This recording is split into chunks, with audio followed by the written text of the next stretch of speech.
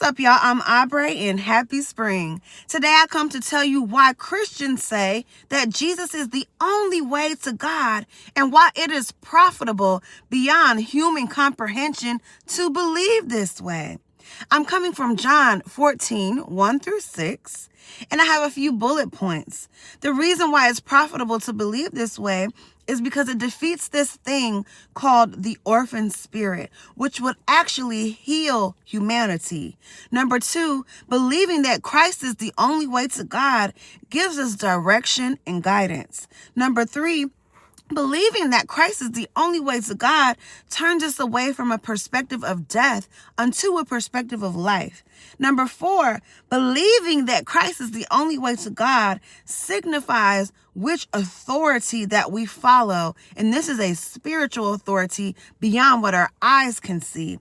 Number 5, I'll just come up with another one. Believing that Christ is the only way to God opens up doors for rewards that are so many that we won't even have room to receive them. So I'm going to start where Jesus says, "Do not let your hearts be troubled.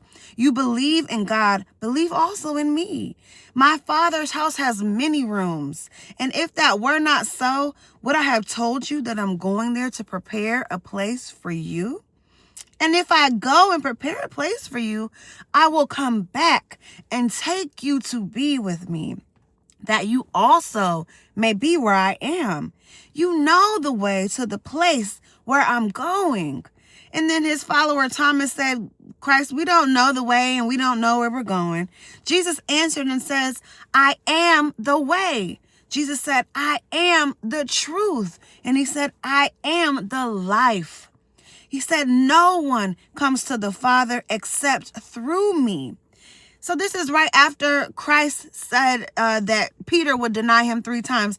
Anyways, in this world, we have brokenness, brokenheartedness, broken families. People feel alone. People feel worthless. People don't honor the sanctity of family or marriage.